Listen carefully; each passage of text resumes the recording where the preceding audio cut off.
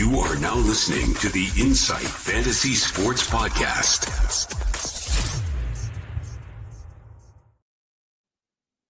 Welcome in and welcome all. We are back with a massive episode tonight. It could be our biggest one to date, and I'm not just saying that to copy what Mav has been saying for the last couple of weeks, but absolutely thrilled here. It is the Insight NFL podcast. We've got Mav, DFAB, and myself here tuning in. We're coming off of last night's live cash league draft that I participated in, and looking back, I'm actually not too upset about my team. It turned out pretty well. Mav, you were there with me last night, mate. How are you feeling coming off of that? And was there anything from my team that you absolutely hated? Nah, it was good, man. It was good fun. I enjoyed it. I think most teams, as I said last night, drafted fairly well, except for the one team that drafted 2 QBs in the first 3 rounds. That was the only bad spot for mine. But all in all, man, it was awesome. I thought most teams should be pretty competitive when the season starts. Waiver wire pickups and start sit decisions will be very important as the season goes along. But all in all, it should be pretty competitive. No, very friendly reply of you, mate. I'm not too sure if I'll be as respectful tonight when we go through your team, but DFAB, mate, good to see you. How are you feeling as we're ready to launch Mav's big team reveal? Yeah, good. I cannot wait to absolutely rinse that bloke. And you know what? It couldn't happen to a more deserving man. I feel like he deserves to be taken down a couple of pegs. Kudos to you guys for last night too. I got home late after footy and tuned in and copped the last 65% of it. It was pretty solid. A few too many blokes though, and just a shout out to our community. Way too many blokes on auto draft. We got to pick that up. That wasn't great. But yeah, that was a really good show last night. So kudos to you boys. Very well done. Yeah, and we've got one more actually coming up, a live draft league on that, our Insight Creators League next Thursday. And I don't know if it's 7:30 or 8:30, but we'll have some more news out when that comes through. So all the Insight guys, we've got the SuperCoach Royalty and Whisperer there, Matrix, Braino, Horse, all the crew. So it's going to be a good one to watch along with. And I know throughout the season, I think there'll be a whole lot of banter in that league. So yeah, looking forward to that one. But just to recap a couple of things before we go into news before Mav's team reveal.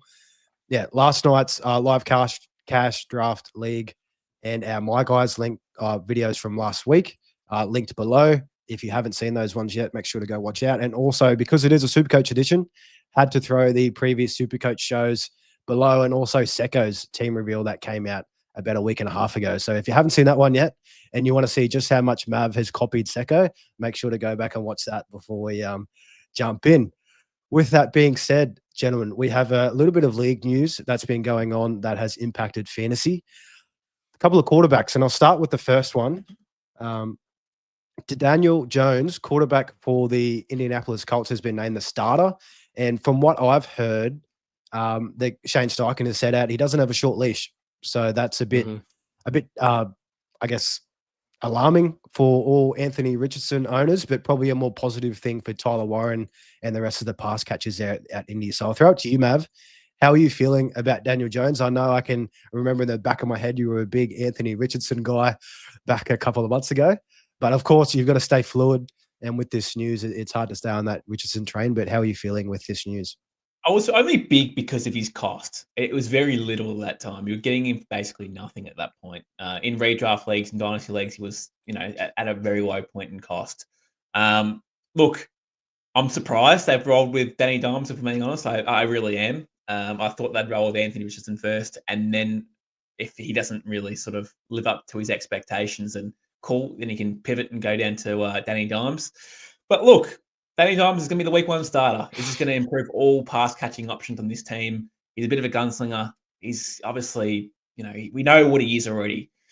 He's very similar to like a sort of a not as good as Jameis Winston when he slings the ball, but he loves flicking it around. Geno Smith, that comes to mind as well. So Pittman, Downs, Tyler Warren, Jonathan Taylor, all fantasy options on this team get a massive bump up in value, in my opinion.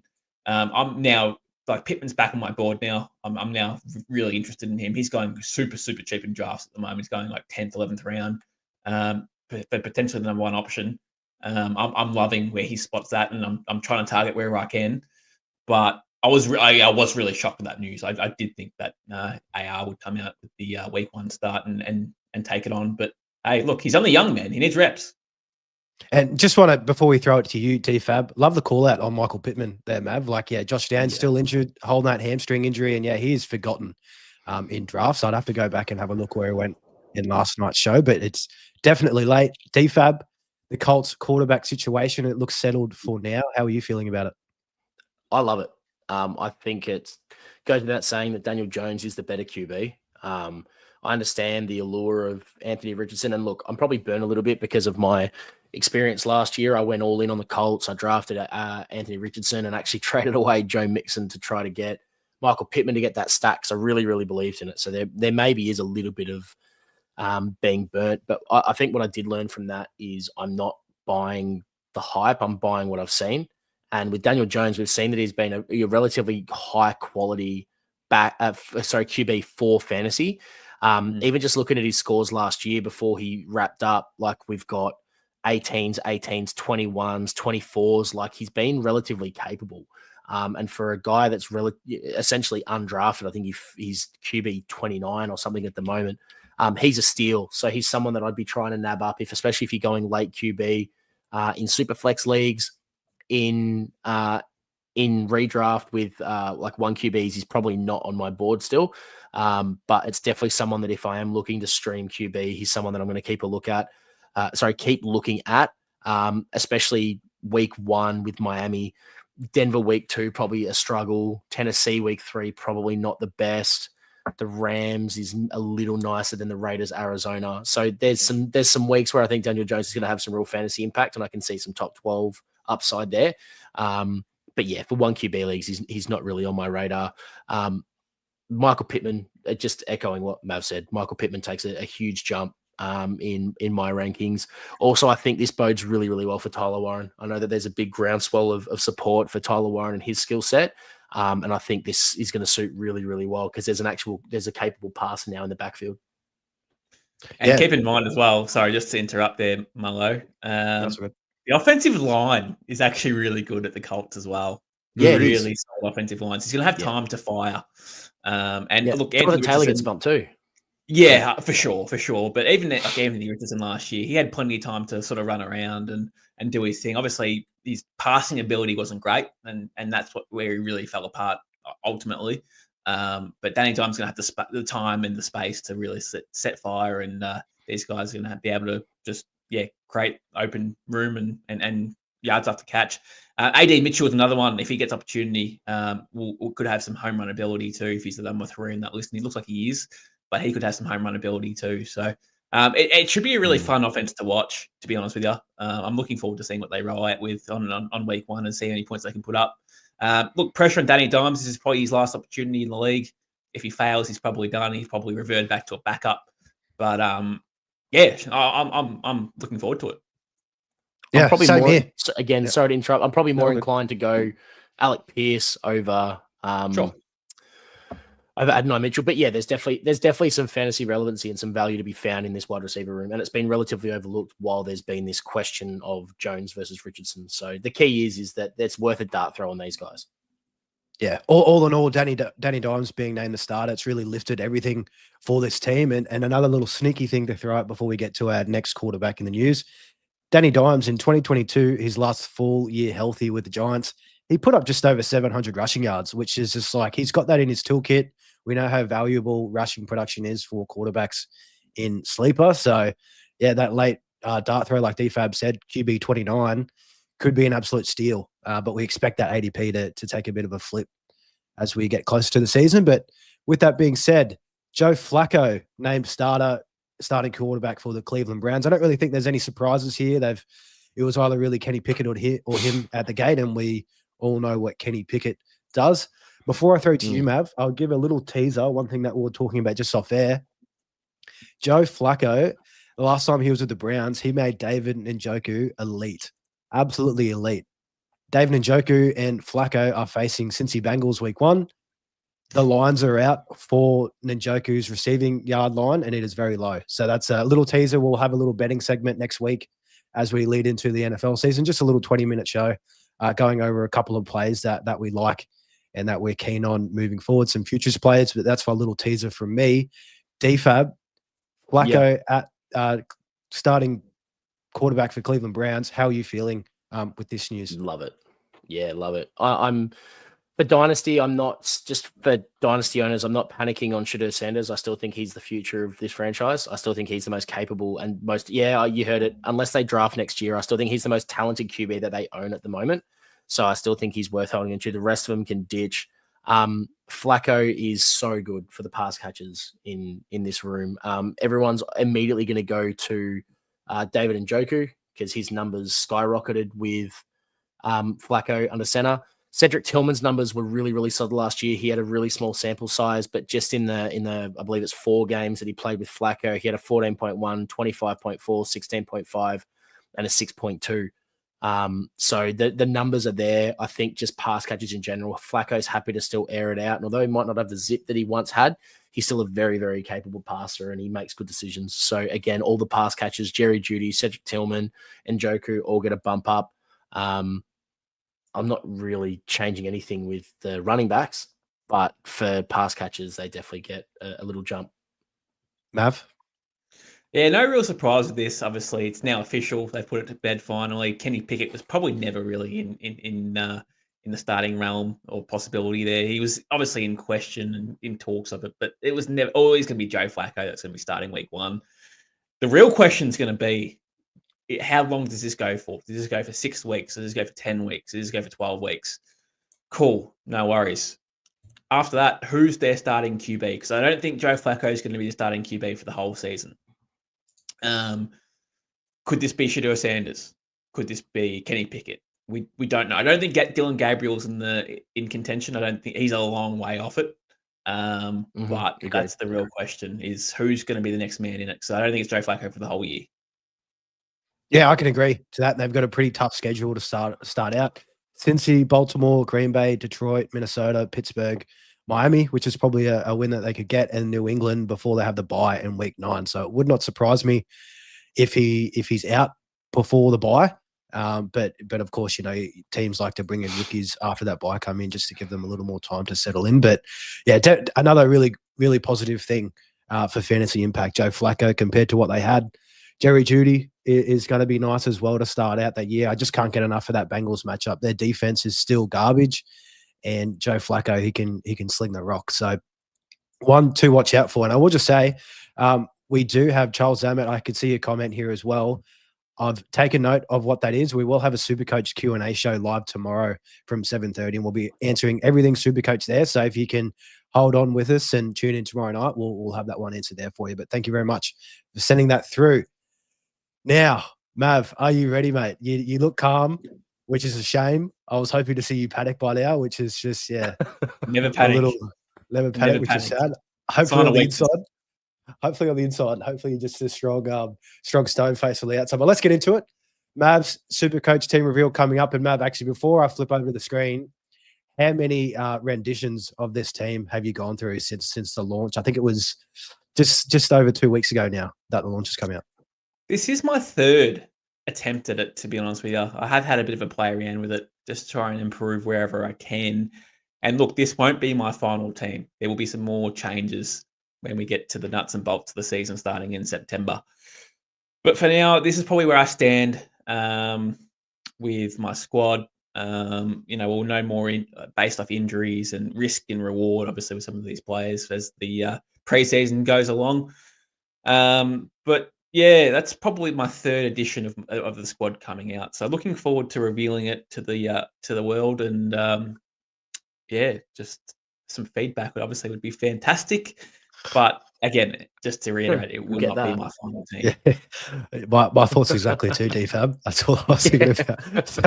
So let's flick this over on the screen here. We'll put our mugs to the right, and here it is, and hopefully that's all clear. I might try and increase it a little bit. Yeah, that'll do. So beautiful. Same thing that we did with Secko's team. If you haven't seen that, again, link is in the video description below.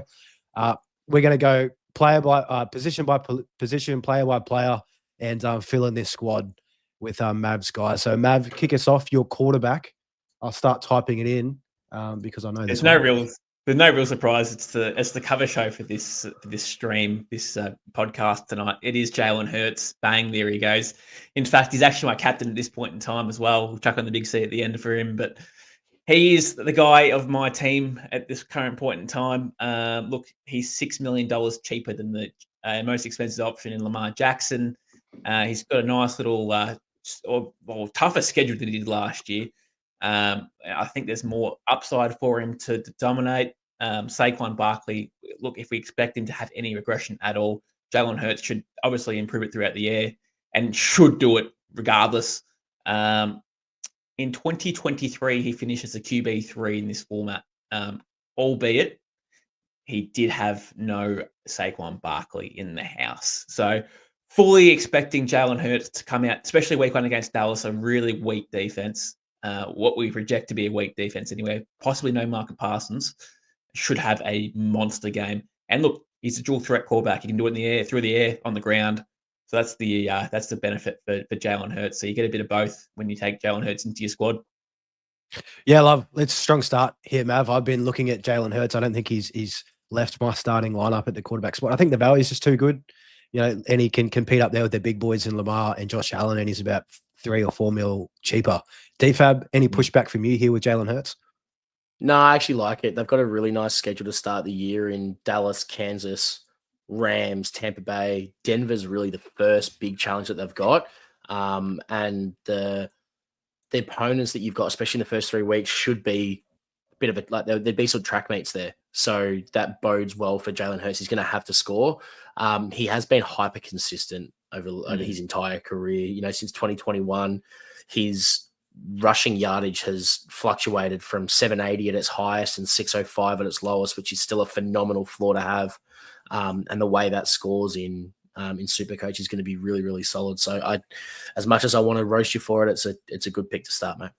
He finishes the QB6 on average last year with 41 points per game. Did miss 3 games. So if he played those games, the numbers could have been higher. They obviously could have been lower as well. But with Jalen Hurts' ability, you probably say that could have been higher. Could have been 33, 34 points a game and could have added an extra 3 or 4 mil into his price right now. He's behind the likes of Jaden Daniels and Baker Mayfield and Joe Burrow. Jalen Hurts is a no-brainer for me. Starting strong, Mav. It's a shame. It's a real shame. Your bench spot for the quarterback position. Cam Ward is on the bench at the moment in that position, just simply for cash gen. That's all it is. I think he's $4.7 million. 4.7. We expect him to really sort of get going early on. He's going to start week 1, and he's literally just there for cash gen. And this is important in SuperCoach. Cash is king, and we've got to make sure that we make money so we can upgrade elsewhere throughout the year. So if he can make, $7, $8, $9, $10 million in the first 5, 6, 7 weeks at the game, then cool. We can upgrade. We can downgrade him to a backup QB who's starting by then, because there's always somebody by then. Someone will get injured, and you can obviously downgrade to him, and then you can use your money elsewhere to upgrade onto your field. So no surprise with Cam Ward, obviously in the squad. Most players around the SuperCoach field would have Cam Ward in their team one way or another. So yeah, and I won't push back too much on this one, Mav, because I do have a little inside scoop of the rest of your roster, so we'll let it play out as is. DFAB, Cam Ward here in the bench spot for you, mate. Is that kind of the direction that you're going with it, with a young, cheap quarterback? Yeah, you got to back a rookie. There's just so much value when it comes to building cash. And if you're going to back anyone, taking the 101, like the first overall pick in last year's draft, is probably a safe one. 4.7 is a little bit higher than like your JJ McCarthy's and stuff like that, but it's still well and truly unders on what we expect him to produce. I assume his break even's like 7, so it's gonna suit pretty well to make some cash. Yeah, big cash cow guy, Cam Ward. And Mav, down to the running backs. You've got your quarterback set in Jalen Hurts starter and Cam Ward on the bench. Who's your first running back of this evening? Jahmyr Gibbs is my first running back on the board. I think there's a world where he could finish as the RB1 in fantasy football this year.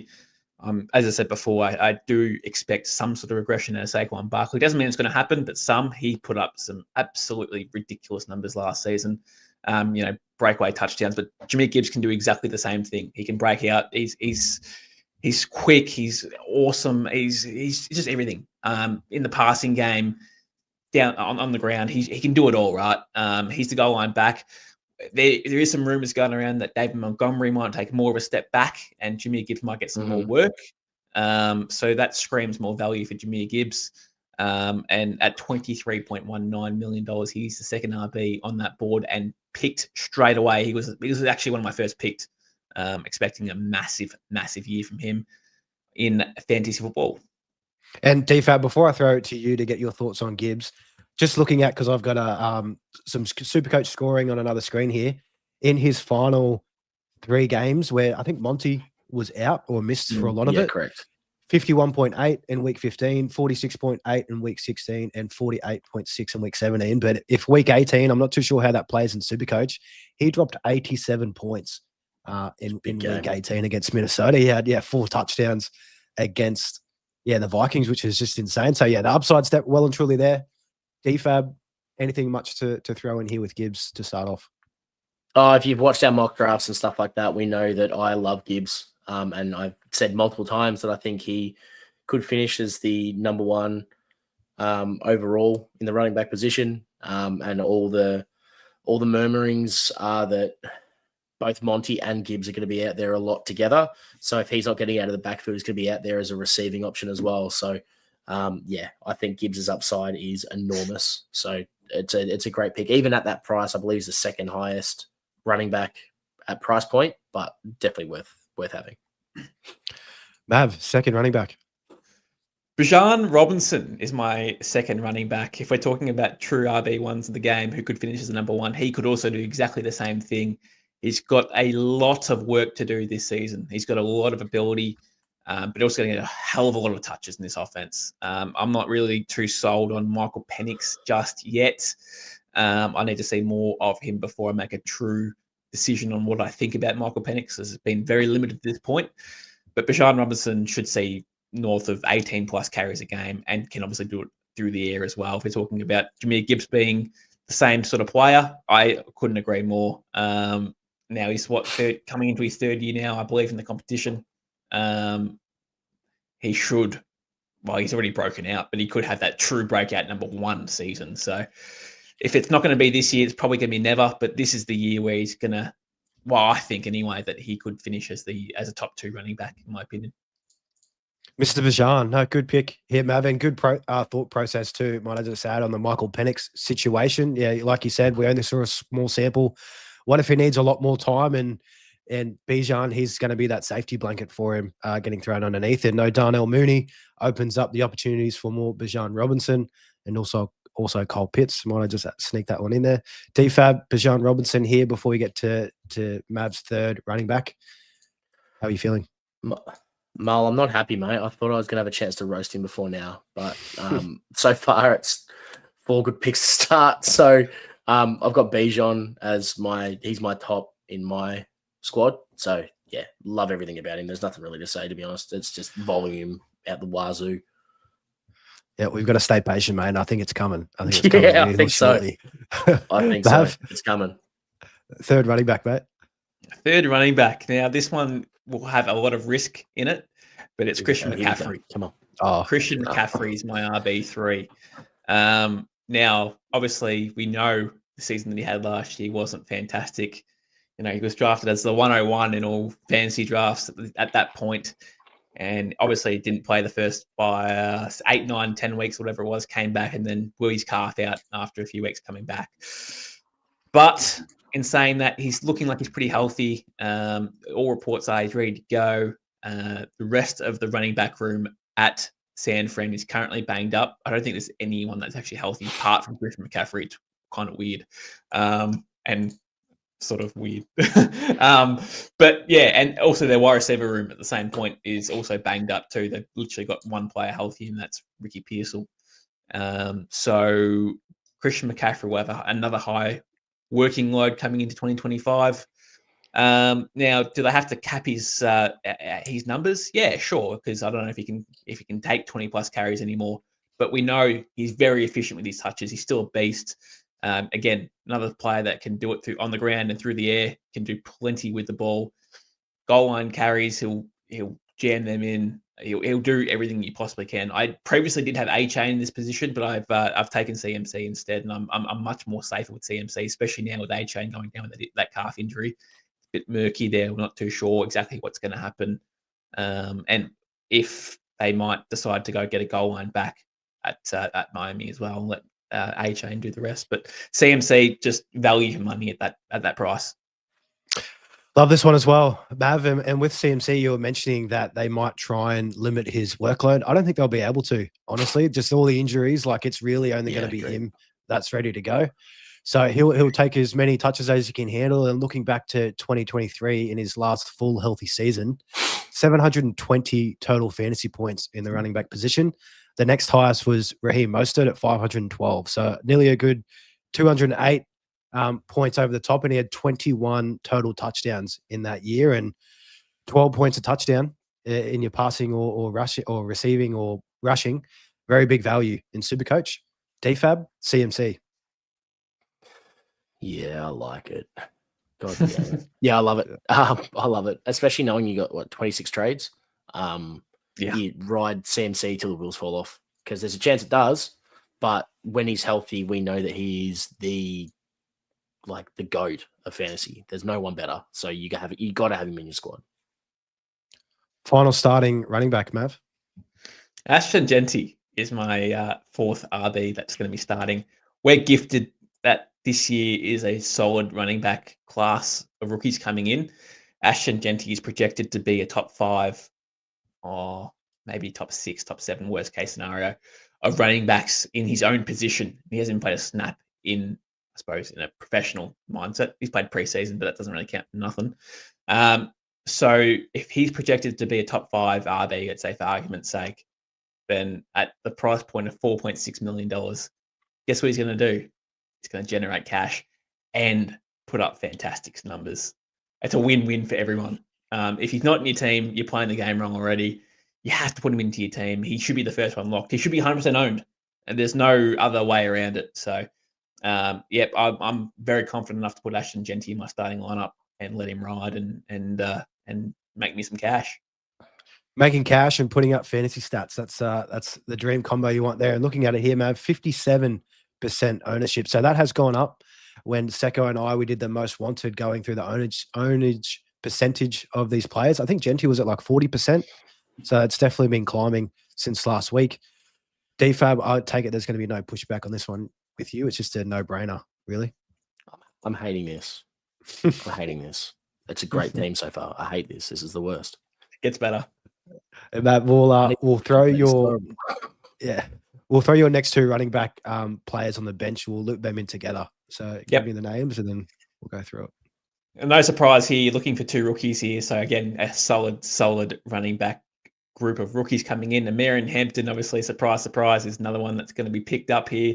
And then Trey Henderson is another one here. So I did previously have Caleb Johnson in my squad. I have now faded him out because these 2 rookies are looking like they're going to be bonkers for fantasy football. I fully expect them to be the starters come week 1. And if Travion Henderson isn't the starter come week 1, that's fine. He's still going to see a hell of a lot of work on the field. That's through the ground or through the X. He's playing in the slot in practice at the moment and just tearing them apart, showing them who's boss. You're seeing these downfield catches, and he's got some great route running ability. He's just a joy to watch, to be honest. And we saw him in the preseason, put his shoulder down and rush it in for a touchdown and went through contact. It was just, he's going to be anything, I suppose, in this fantasy format. And again, just to reiterate, we're trying to make money on our benches. So 2 running backs, again, who'll be heavily featured, that we're making cash, and that we're putting up some stats. Yep. Genty, Hampton, Henderson. It's very, very hard to see a world where those 3 aren't the top rookies at the end of this year. I did have some hopes for Caleb Johnson, but like we mentioned, you got to stay water, and it's not looking like it's off to as good of a start as we would hope. And in SuperCoach, to start off, you want those guys making the most cash at the gate. DFAB, Hampton, and Henderson. I know you're a big Hampton guy, and I take it you're really starting to feel the love with Henderson too. Yeah, 100%. They're both electric. They're we've known for a couple of years that this was going to be one of the better running back classes that we've had in the last decade for fantasy. And it feels like guys like Genty, Hampton, Henderson have just landed in the perfect spot. So, yeah, they're sure-ins. And honestly, I'd be comfortable if you wanted to kind of punt running back and go real discount. I feel like you could start those guys with relative confidence as well. Still make money and go some more rookies on the pine. So if they're your bench rookies, you're going to be making bank. Love it, Mav. Hopefully, mate. Wide receivers, you got 6 starting and 2 bench spot. Just one, mate. Just one bad pick here. Give us something to get fiery about. But starting out, this is where it gets fun. This is actually where it gets fun. DFAB will love this. I reckon by the end of it, he's just gonna. He won't be able to roast me. He won't be able to do it. Anyway, I'm going to enjoy this too much. All right, number one. Surprise. My number one pick is Jamar Chase. No surprise. Yeah. He is the 101 at the moment in 1 QB fantasy leagues first on Sleeper. He's also pretty much, again, a lock for your wide receivers. This guy is worth the extra $5-6 million. Then the next best option, that is Chris Godwin, unfortunately, in this format, but it doesn't really matter because number 3, number 4, number 5 are still really good options. But Jamar Chase is worth that money. He will have monster games. He will single-handedly win you matchups. If you don't have him, he will cost you. So yeah, you can't not put him in. You just can't. He's everything. Yeah, very hard to pass up on Jamar Chase. Definitely no pushback from me, and I think we're pretty much safe to roll on to your next one, Mav. I don't think DFAB's got any pushback, but agree. Yep. Number 2, Nico Collins is in my squad. There we go. He is going to be a boss. Now, they've beefed up the offensive line there at the Texans this year. There is Joe Mixon's currently injured. They have got Nick Chubb, who we're not too sure is what he's going to be in this offense for a running back. So I think CJ Stroud is going to have to pass it a lot more again in this offense. Nico Collins will be heavily involved. We saw last year before he got injured, he was like the wide receiver 3 or 4. He was putting up some monster numbers. In this format, he's priced at 17 mil. What's that on the what's he ranked? It was like 15th or something, or 15th best price. I think he is in this ranking. 7th. Okay, cool. So he's 7th. All right, cool. Yep. Doesn't matter. Either way, he's going to have a monster year, and I can see a world where he generates an extra $3-4 million on his price. Yeah, another banger here, Mav, which is really sad to see. Nico Collins, his 4-game stint last year, at that pace, if he over a 17-game season total, over 2,000 yards, 10+ touchdowns, would have been an absolute beast. It was a shame to see him get hurt. And yeah, absolutely no pushback from me on this. Nico Collins is my wide receiver 4 in my rankings, and he might even creep up to 3, depending on that Justin Jefferson injury and if that lingers. Absolutely love it. DFAB, Nico Collins for you. Yeah, I love it. As it stands, I'll put it to you this way. In the 10 players that Mavs picked so far, there's only 3 different from my squad. So far, I'm loving everything he's doing. So yeah, Nico Collins is his potential sky high. Got to have him in. Love it. Sounds like Mav has been looking over your shoulder, mate, when he was. I think so. Getting some ideas. Got to give it to you, Mav. Very strong start, mate. You're 3rd. DFAB's probably cleared his list, and he's probably used to put these names in there. And going, oh shit, I've got 3 different. Anyway. Nice. Next player, Malik Neighbors, is in my squad. Finally, something I can roast you for. Number 8. Now, look, Malik Neighbors scares me a little bit. He's banged up, injured at the moment. He's got a back injury. He's got a shoulder injury. He's got a foot injury. They don't know if or when he's going to go into surgery for it. That is fine, no problems at all. If he plays week 1, he's going to have a high target share. He is, again, the offense in New York. He was a monster in his rookie year. He's a PPR monster. Just target him, he catches the ball. He'll have a stat line this year, I'm sure, of like 12 catches for 155 yards and a couple of touchdowns, or a touchdown or 2, or whatever it is. This guy is a PPR monster. Does he get an upgrade at QB than last year? Absolutely. He's got Russell Wilson. I'm not massive on Russell Wilson, but it's an upgrade. He'll pass him the ball. Jackson Dart is the backup, you'd imagine. if he plays, looking really good in process, we'll be able to get him the ball. And then worst comes to worst. If anything bad happens, they can insert Jameis Winston into the team. And oh my goodness, can we just start Jameis Winston? I'd love to see him play with Nico Collins, with Malik Neighbors. Worst comes to worst, man. If he gets injured and they have to put him on AR and have to trade him out, no problems at all. He's at a premium price. I can do a sideways trade at any point in the game, and I'll get someone else in. Yeah, I love that, Maven. I just wanted to throw up here that Charles Zammett dropped in. I think he got this in when talking about CMC. The only pushback I was going to have was that injury scenario, but this is a great format for those injured players. And Charles Zammett's here. Good SuperCoach rule. Start with a player who is injury prone rather than bring him in. Then you have to take him out if he gets injured, which is nice and easy, right? Just use a trade. Oh, well, there's no real risk there. DFAB, Malik Neighbors. Yuck. Disgusting. I wish I had some water so I could wash my mouth out because that is disgusting. Jokes aside, I'm not really high on Neighbors this year. I think he's being overdrafted because of his wide receiver 7 finish in fantasy last year.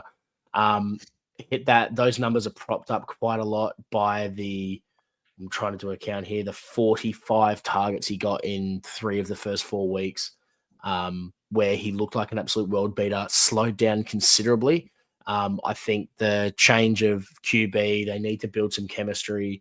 Defense is still kind of trash, which probably bodes well for him. But I think at the price point, there's some others that could be doing much, much more. You know, you're paying essentially the same amount as you are for Nico Collins. I'm not big on Malik Neighbors at all in fantasy, but I can see the pathway where he is impactful. I don't want to completely shit on it. But yeah, I'm looking elsewhere personally. We'll take a partial shit there, mate. That's good enough for us at this point in the beautiful show.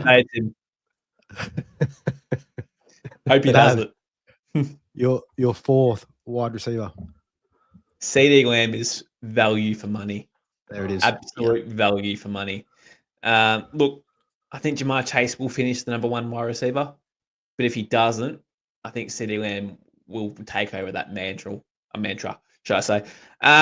Look, do I love Dak Prescott? Nah, not really. Do I love the situation that he's in? Yep, absolutely. The defense is crap. That means they're going to be forced to throw the ball. CD Lamb is number 1. There's no running game in Dallas at all. Like flat out nothing. So they just have to throw the ball all day, and they're coming from behind all day long. So Dak loves the stat pad. CD loves to catch the ball. CD is a top wide receiver in the game. At $16.6 million, I don't know how he's priced there. Maybe because he was injured at the last bit of the game, which might have dropped him down a little bit. But CD Lamb should be, he's so undervalued at that price. If he was $21 million, which is probably about right for CD Lamb, should be around about that cost, 22 million, 21 million, then we have a different discussion. But at $16 million, he's a lock. And Mav, I think even at 21 million, I think he's still a lock at that price. Like he is 16.6 mil. Outside of the rookies, I think CD Lamb is the most undervalued player that we have there. Like being, priced the 12th wide receiver and the upside that he could be, and potentially top 3 guy. Arguably even top 1, depending on how Jamar Chase plays out. Yeah, the value is just way too good.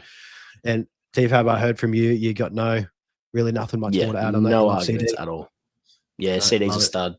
Everything, again, the Cowboys defense is steaming poo, and Dak just has to throw it, like he has to air it out. So CD Lamb is good enough that he's going to be the beneficiary of it. I'm not worried about Pickens as well. Pickens being there just makes it easier for CD because they've got defenses need to cover him as well. So CD Lamb is the guy this year. Mav, 5th wide receiver. This is probably where I'm a bit torn on, but this pick will probably change based off his availability and how he's going with his injury at the moment. But currently, I've got AJ Brown in my team with that stack of Jalen Hurts. I love it. Again, when I spoke about Jalen Hurts before, that they should be a bit more. Should have a bit more competition with their schedule. I think they're ranked at number 23, 23rd or 24th. They got a really tough schedule. for the whole year. So that means they have to pass the ball a lot more. They dominated first halves last year. Absolutely dominated. AJ Brown absolutely dominated as well in that first half. But because the game was pretty much nearly dust by half time, Saquon Barkley was the real beneficiary because they just gave him the ball and he just ran all day because they were up so much and they didn't want to pass the ball, which is very normal in the NFL. But if we're expecting tighter games for them, they, as I said, got the Chiefs in there. I think they played Baltimore in there as well. Like they got a tough schedule. We project these guys to be in more ball games and have to throw the ball a lot more, and that means AJ Brown will be we're catching the ball more. And at $16.5 million, pretty good value. Again, he's banged up, injured at the moment. He does have a hammy. He's nursing a hammy. I think he's going to be okay, but I will just keep my eyes on that just in case he is. And if he's not, then I'll pivot to somebody else. Again, Mav, great tactic with hovering in these potentially injured guys in this format. Again, you can just trade them out, so you're not really losing out on much. And AJ Brown, if you look at his splits in the first half compared to second half of games last year, it's night and day. He's like a top 3 wide receiver in the first half, but in the second half, like he said, they get no usage. He was like an outside 30 or 40 guy, which is just, he got all that work done in the first half. So hopefully we can get a bit more game time. DFAB, AJ Brown here. Is there any real pushback from you, or we'll keep this thing rolling? No, I love this. Very quickly, I highlighted this in an Insta post a couple of weeks back that they were, I think, the third most valuable stack that you can have in SuperCoach. Last year was a little bit flat from AJ Brown, but in the 22 and 23 seasons, Hurts and Brown combined for 67 touchdowns. The scoring upside is so high, and kind of building around that stack is, I think, a really, really high ceiling approach. So yeah, great pick. Mav, final wide receiver for your starters. Everyone's probably thinking, Ted McMillan time. Nope, not yet. Drake London is rounding out my team. So I've got all premiums in my wide receivers at this current point in time. Drake London, look, I'm not massive on Penix, but I'm massive on Drake London. He had a fantastic year last year. Cannot discount what he did. With Penix for half the year, I suppose, or a quarter of the year, and the other half with Kirk Cousins. This guy is going to have a target share of 25% plus. They've got no wide receiver 2 at the moment. Dan Number is carrying an injury. They do have Kyle Pitts. We have to always mention Kyle Pitts in this podcast. He always gets a little shout out from me. But they have Kyle Pitts, not really a fancy option at this point in time. So they've got Bijan. He's in my team. And I've got Drake London. He's in my team. So, look, bang. The ball is just going to go to these 2 players. They should be good enough to move the ball around. Penix should be okay, we expect. But Drake London should have a very, very, very high target share. And looking at it last year, he finished 5th overall in wide receivers points scored. Nearly double-digit touchdowns. He finished with the season with 9. And like you said, very small clip with Michael Penix. Kirk Cousins, as friendly as he is, and on that Netflix documentary series, and much of a lovable guy as he was, he just kind of lost a step. He had no zip on the ball. The Falcons were losing games. They had to swap him out. And yeah, Penix, he was absolutely peppering London at that 3-game stretch at the end. DFAB, it's a shame to see that he's going so well at the moment. I don't want to talk about it. Yeah, another good pick. I'm much more bullish on Michael Penix than Mav is as well. I think Drake London is going to be more. He's going to be closer to that 3-game sample at the back end of the year than not. I think Drake London is going to explode this year. So yeah, again, great pick, and especially at under 16 mil, like it's cheaper. So I want him a million times over Neighbors. So London, great pick. Mav, the couple of bench wide receivers here that you got, and I think I'll start scrolling all the way down while you are. Yeah, 2 rookies, Ted McMillan and Emeka Egbuka are both on the pine. So again, top rookies in their position on the pine. So you expect Ted McMillan to be a very big focal point of the Carolina offense with Bryce Young. Again, I would not be shocked if he had a 25% target share in this team. Expect him. He's looking really good in preseason early on. Had that connection early on with Bryce Young. He's a big 6'4", 6'5" player, man. Plays physical and he moves like God. So yep, love him. I've got Mike Evans comparisons there, so hopefully he can get some red zone touches along the way. And then obviously Igbokwe could be absolutely anything as well. Could be an absolute monster, or he might not be involved in the offense, but I expect him to be more of a monster than not. He's a highlight reel. He catches anything in the radius. He's got Baker Mayfield under quarterback, so he'll be pinging the ball left, right, and center to him. No Chris Godwin for at least half the year, we believe. So Igbokwe for the first part of the year should dominate and make us some cash. And then maybe even just keep on going after that. But at the end of the day, we want him for the first 8, 9, 10 weeks of the year, make him some cash, trade him off, get some money, upgrade somewhere else. And just on Igbokwe, Mav, you mentioned Godwin's going to be missing half the year. Jalen McMillan, their other wide receiver, got injured during the preseason game on the weekend.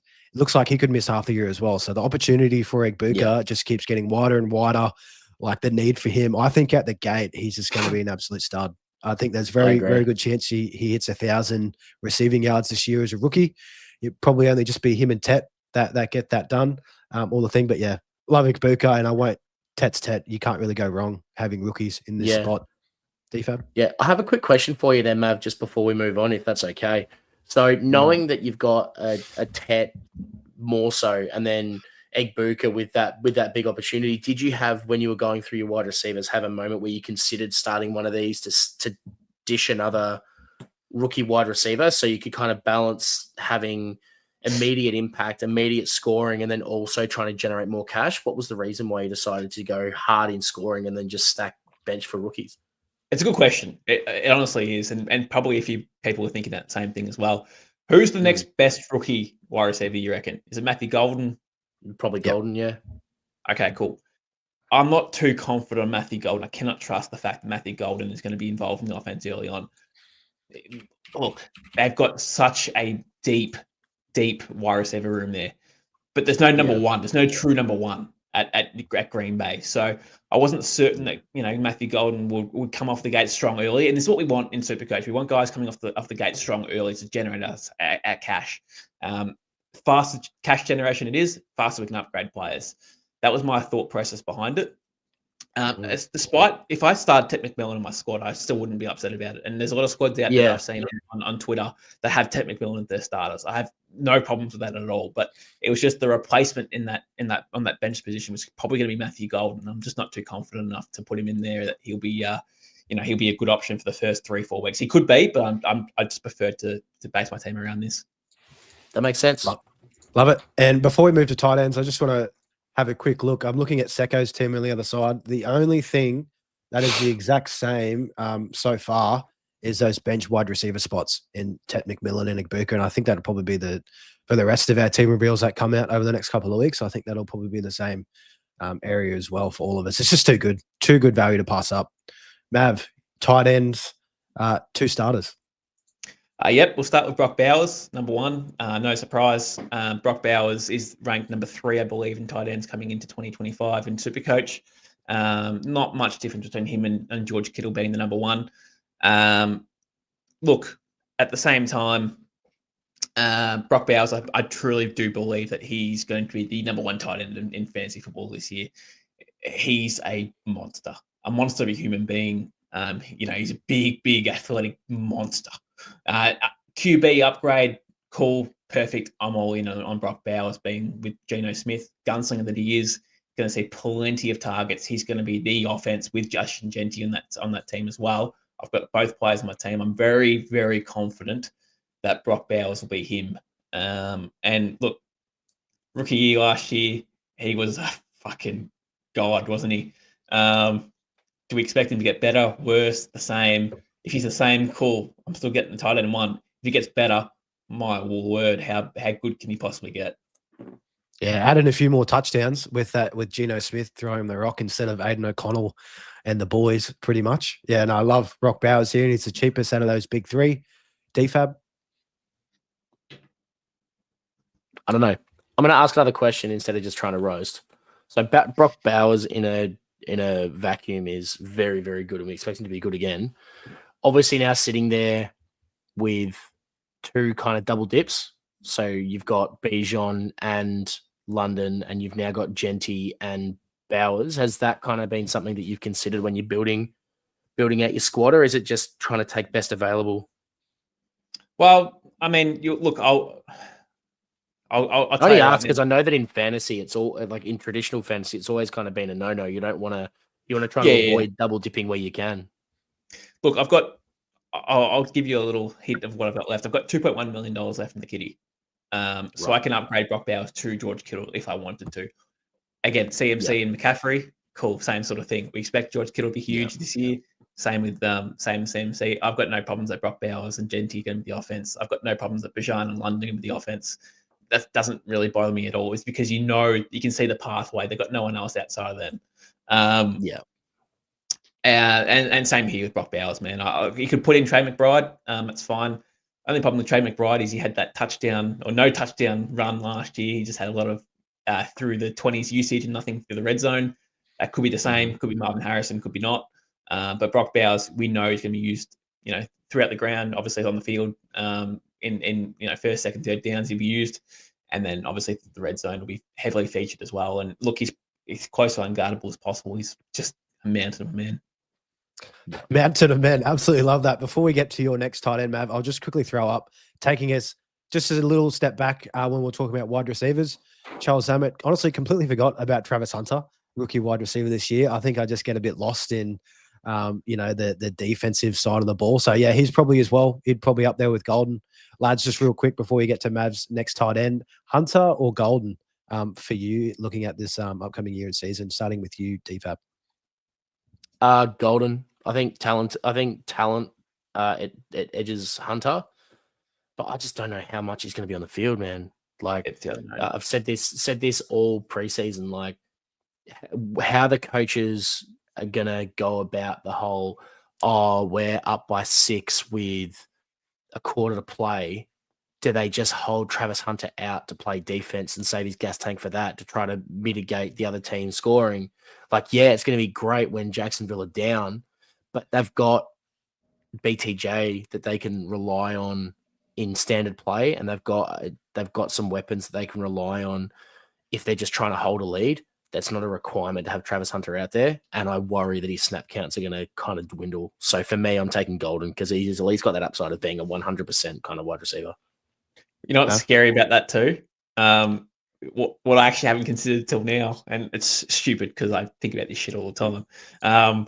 But what I haven't actually considered is what happens when Jacksonville are up big, the game, they're up by 2 scores and they're running the ball down the throat of teams. Travis Hunter won't be out in the field because they'll savor him for the defensive snaps. So again, the unknown of Travis Hunter playing offense defense is a scary, scary reality of his game. I've seen people, start him in this format, bench him in this format, in traditional fantasy football and drafts, taking him in the 7th round, 6th, 7th round. The talent is obviously there, 100%. If we knew that he played 100% offense, he'd go higher on my draft boards. He would. He'd build my 100%. Team. My whole team build would be different. I'd have to have Travis Hunter in. But it's the unknown that scares me with Travis Hunter, and that's why he's not in my squad just yet. Yeah, and he's probably pushing 2nd, 3rd round in traditional fantasy if he's offense only.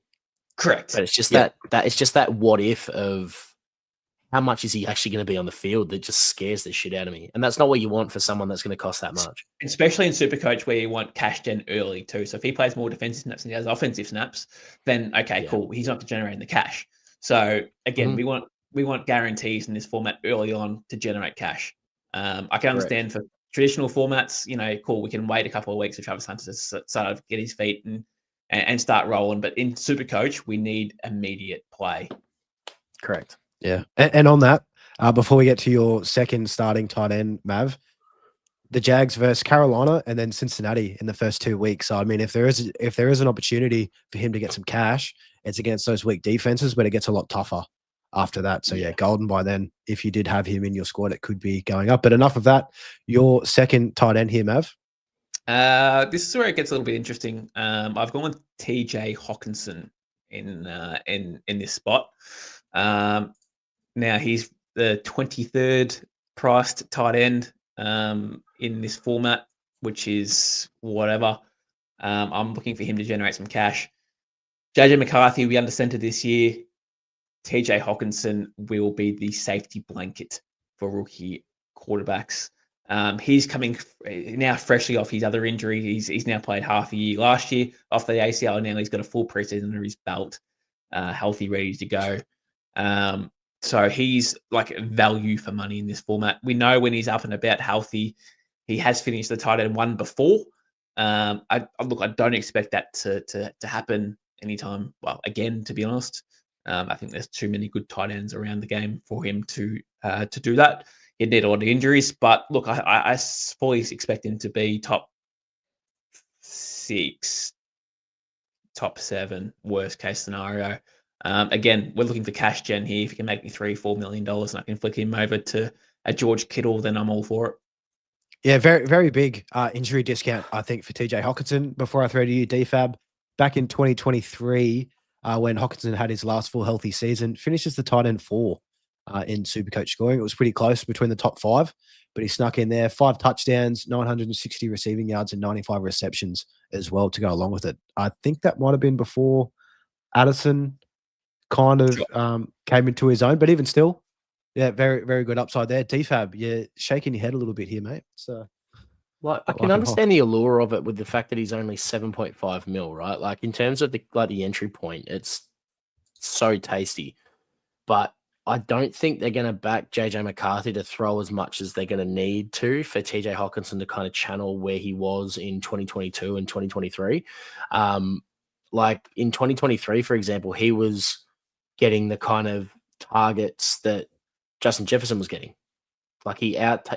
Granted, there was a lot more. Like Jefferson had some missed time, but even if we go to 2022, right, he had 184 targets for Jefferson and then 129 for Hawkinson. I don't see a world where JJ McCarthy is going to be able to throw it enough to give those guys the amount of ball they're going to need to perform at a high level. Yes, he's probably going to be able to make some cash at that price level, but I don't think he's a sustainable option to keep in your squad. The one benefit you do have with TJ Hawkinson, he's got a pretty nice route to make money early with Chicago, home against Atlanta, home against Cincy, away against Pitt, away against Cleveland, and then the bye. That's when it starts slowing down. So you could probably hold him for the first month and a bit and then flip him. So for that, I can see the benefit of it, but it feels gross having TJ in the squad. He's not going to be my my ending team. So once we get to week 16, week 17, he won't be there. I just need to generate some cash, and then I'll upgrade him to a George Kittle or a McBride or anything like that. Doesn't really bother me too much. Instead of breaking him with 13, man, 13 points is all he needs to get. Is that possible? Absolutely. It's 1 touchdown. Did you dry reach clicking select on him? Like, it's just so gross. So gross. Hate it. I got plenty of movement when I did it. It's a family show, Mav. What are you talking about? No, movement in the arm, of course. But no, that was the reason there, and no surprise. Yeah. I mean, Mullin's just given away my best. Yeah, sorry. It is going to be Tyler Warren. No surprise. Yeah. Now with the news of Danny Dimes, there is 2 rookie tight ends that you could put in. There is Loveland and Warren. I have seen some builds where they've gone a top end tight end and then had the 2 rookies. I don't mind that build as well. I'm worried about Loveland early on. I'm not too sure what this offense is going to be. I'm not too sure. There is so many mouths to feed in Chicago.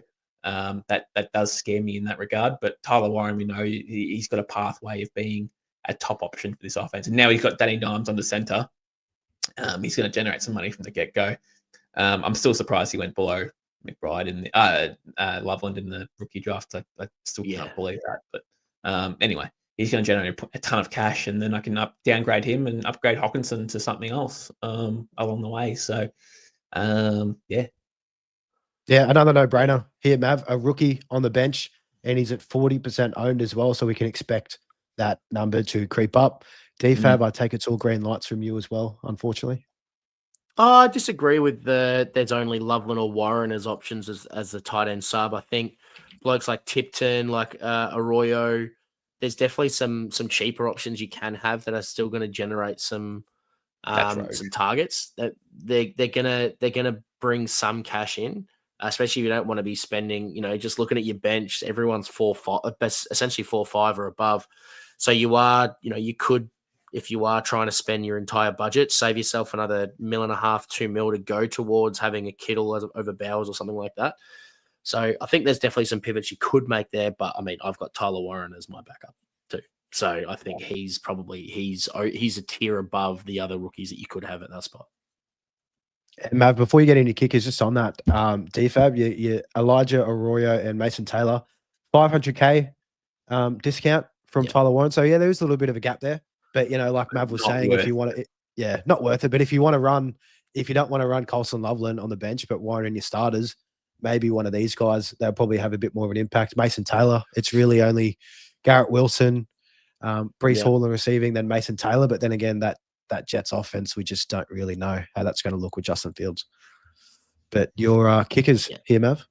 Kickers, this has been interesting. I have had Aubrey for the majority of my time. This is the first time I've actually faded him out. No, I had also Young Ho Koo as my kicker, literally a few days ago, and I've moved him out as well. They've got a couple of kickers in their roster, him and somebody else. There's actually been some rumors they might take 2 through to their final roster, and one does the long kicking, one does the short kicking. I doubt that happens, but there's been some rumors. Scares me a little bit. So I've gone with Cam Little out of Jacksonville as my kicker. Now, obviously, he's kicked the 70-yard? 70. Yeah, he kicked the 70-yard field goal the other week in preseason. That wasn't the reason why I got him in, but it was good to know he's got a long leg. That was also fantastic to know. But I do get a bit nervous about Trevor Lawrence, to be honest with you. I'm not sure if he'll be able to finish off drives. The running game is still a bit skeptical as is, so I don't know if running backs will be able to sort of hold their own and you just keep fitting running backs and they're going to garner you yards or first downs. The offense is obviously quite nice in Jacksonville now with obviously Brian Thomas and Travis Hunter we expect to be playing on offense. But again, I'm not certain that Trevor Lawrence will be able to finish off drives. I saw the other day, week 2 in preseason, Cam Little kicked another 55-yard field goal, I think it was. So he's got a leg. It's just going to be based off offenses that can't sort of finish off their drives. That's literally all it is. So that's the reason why I've had Young Ho Koo, and I've also had Cam Little as well, and I've also had Aubrey too at some point because again, Dallas will move the ball and he'll be in line. I've generally been targeting guys that play in domes. Obviously, Cam Little doesn't play in a dome, so this is outside of my comfort zone when I do try and kick kickers. But Cam Little at $8.85 million, I did put him in to try and upgrade elsewhere. That is the reason why he's in my team, and looks like he's pretty reliable. No dome, but he's got long legs to compensate for that, Mav. So that's a big tick in your box. DFAB, Cam Little here in kickers. I don't think there's really too much to cover in kickers. It just feels gross talking about kickers. I'm just not in that SuperCoach mindset as of yet. Yeah. More of the sleeper. But Cam Little for you, is this? I mean, I can understand the reasoning. The pricing is definitely outside the top guys there, and bit of a POD, only 7% owned.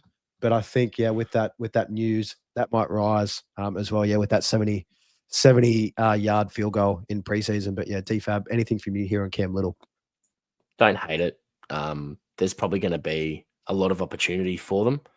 And if he's really got that, spot down pat, then 100%. But he was in the league last year and he took 29 field goals. So sure, he's getting a little bit of extra airtime with the 70-yarder, but I mean those top guys that are only $4 million more. Brandon Aubrey attempted 47 last year. Cameron Dicker attempted 42. And Cam Little played all 17 games. So I understand the desire to kind of backpack on the guy that kicked the 70-yarder and got some airtime, because let's be honest, as you said, kickers are fucking disgusting to talk about. But I would, and again, I've spoken about this on socials and stuff. I think they're one. I think you got to back the primos with kickers and go one of the the top 3, top 4, just guys that that are going to get the kicks. And Mav, on that, your bench kicker here, and I will start scrolling as well because I think this will be pretty consistent throughout the lot. Yeah, it's going to be Tyler Loop.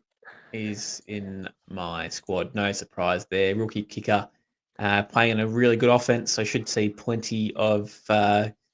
I suppose he'll have plenty of attempts. If that's extra points or if that's field goals, either way, he'll generate some points. Again, at the price point of $3.7 million, he's going to generate money. So this guy's going to be a cheat code for SuperCoach teams, literally because he'll make $5, $6, $7 million in money. And then you can upgrade somewhere else. And then sort of turn a TJ Hawkinson into a George Kittle. You can turn an Ashton Genty into a into Saquon Barkley. There's plenty of options there you can be done. So he's a bit of a cheat code at this price point. Yeah, very, very tried and true with the rookies on bench. You just really can't get away from those guys at that cost. And 40% owned. Yeah, a lot of people are on board. So we'll won't spend any more time on kickers while we're still breathing. Defense, special teams. Mav, we'll start off here. Who's your starting in this? I'll give you two straight off the bat. It's San Fran as my number one. I think they're undervalued at $5.76 million. Historically, they've had a pretty solid defense for the last few years outside of last year. They were banged up, injured. The year before that, made the Super Bowl with a really solid defense. So I expect them to be back on track coming into 2025 and should generate some cash for us. But again, defenses are so up and down in these formats. Team defense is always quite hard. You come up against good offense that moves the ball. You could be playing as well as you possibly can, but you could also put up 25 points. Takeaways, yep, they love a playmaker. They're a good playmaking defense. San Fran, they'll have some picks and they'll have some pick sixes and some sacks. Nick Bosa's obviously a beast. So they should be able to get to the quarterback very easily. They've got some solid defensive tackles outside of Nick Bosa. Well-drilled defense. I expect it to bounce back. No, love it, Matt. But you said you were going to give me two, mate. You're only giving me one. You left me hanging. Yeah, Arizona's the other one too, mate. They're actually a bit more expensive at $6.5 million, but I've gone pretty cheap on my defenses this year. I expect these defenses to both improve. Arizona have put draft picks into it. They've put free agency into it as well. They were average last year or below average last year. This year they'll get a bit better. And they've got the Saints as well in week one, so we expect them to get off the bat really well. I don't know if you've seen their preseason games so far. The Saints, it's awful, really awful. So Arizona should have a field day against them in week one. And I think with defense, Mav and DFAB, I'll actually grab your thoughts on this beforehand. Do you feel like defense, that'll probably be one of the most traded out positions like to start out with? Because I feel like in my eyes, looking at it, it's going to be a lot of schedule based. Like Mav said, the Cardinals, they've got Saints in week one. Like they're going to absolutely roll through the Saints. They might put up no points. How are you kind of looking at these defenses and how do you feel about San Fran and the Cardinals on top of it? Yeah, I think it's important knowing that we get 26 trades. I don't want to be just burning them on a regular basis. So I want to hold someone like a San Fran for a long period of time and maybe have someone that you like dip out and try to look at it more in blocks as opposed to like streaming defenses like you would in traditional fantasy. And I have, again, not to piggyback, but I've got San Fran in mind purely because they've got such an incredible schedule this year. They're one that I think you can start with confidence. 70% of the time this year, and you just need to find someone that you're kind of happy in those off weeks, and just kind of like cop the L's, because I think trade's gonna be really, really important, knowing how much injuries and stuff happen in the NFL. So yeah, I'm not approaching defenses and special teams as a streaming option. I want it to be as close to a set and forget as possible. So yeah, probably go the other way with that, I think. And Mav here, anything more on defenses here, or would you like to throw us down to your last pick in the flex spot? Yeah, last pick. Let's do it. It's a rookie. It's JJ McCarthy in my flex spot. I've sort of put a few builds together at the moment, and the most stacked I can possibly do is put JJ McCarthy as a rookie option in my flex spot. Now he's going to be my starting unit. I don't love it. I really don't love it. But he's going to generate cash, right? He's going to generate at least $10 million just due to being a starter in the NFL level. I've seen some teams start Josh Allen and Lamar Jackson in their flex and their QB positions. They're got 50 mil tied up between those two players, and they haven't been able to stack up their rosters as well, in my opinion, as good as mine. Again, this won't be my final team. There'll be some more cameos, I suppose, to this squad. But again, the emphasis of JJ McCarthy being in this spot is literally just to generate money. He's going to be starting, and I think he'll be able to at least average at least 20 to 25 points. Hope he doesn't shit the bed and get injured, and we're really screwed. That's probably the other risk to it. Like if he gets out and comes week one and tears his knee apart, then I'm screwed. So that's the other concern, I suppose. But because you can't pivot, then you've got no money in the bank. You've got $2 million in the bank. Can't do anything. So you're just relying on this guy to at least give us a month or 5 weeks of some solid play. Let's say JJ McCarthy is awesome. Let's say he's going to be the next best young quarterback in the game. Then we're really laughing. But I don't think it's going to happen personally. But he's literally been there to generate me some money and be a segue for another primo when that time comes around. And looking at it here, Mav, when you first sent me through the team that you were going with, this was the one that I think was probably going to be the most controversial and the one that we might have been able to rip you apart on, just having a rookie in that flex. But you've laid out a perfect case. It's that cash grab. You're absolutely loaded in other positions, as much as it hurts to say. But JJ, I mean, looking at it, yeah, he can get injured, but we like to play this game without projecting injuries to start off. And he's got a pretty soft schedule, honestly, at the gate. Chicago, Atlanta, then Cincinnati. All those defenses aren't anything special. And they've got a pretty good offensive line as well. But you just hope that JJ Jefferson or Justin Jefferson is healthy to go, because that will bring up his total points in those early weeks. And he's sold in his legs too, so should be able to garner some yards on the ground, which again is a bit of a cheat code fantasy football when you have quarterbacks that can do it through the air and on the ground. So he's had time. He's had a year to sit back and watch and learn the playbook. And he's got the quarterback whisperer as his head coach, so he should be okay. So I'm hoping that this is going to be wheels up for him, and hopefully he can give me an extra $10 million in the first 3, 4, 5 weeks of the year, and I can upgrade him to very quickly and move him on, and I stack up my team even more. DFAB, before I recap all of Mav's team here, any pushback on JJ McCarthy in the flex? I know it's a little bit out of the box, but yeah, how do you feel? I don't like it. Case? I like having JJ there. There's no doubt he's going to make some money, but I don't particularly love just having him on there. I know that the allure's there because he's a starter. He's got some really good tools at his disposal, but and I do sneaky like having the two stacks. You've got the AJ Brown and Hurt stack, and then Hawkinson JJ stack. But I don't know if I've got the faith in JJ McCarthy to come out. So after being injured all last year, to just come out and be an impactful fantasy player to start. I think there's probably some other ways you could go about it, and get someone else, even if it's a rookie wide receiver or someone in that spot. I think they're going to be more impactful, still create cash and be able to score more. I don't think it has to necessarily be a QB. I think if you're going to put a QB there, you want it to be someone that you know is going to give you a safe floor. And we just don't know that about JJ. So there's a lot of risk.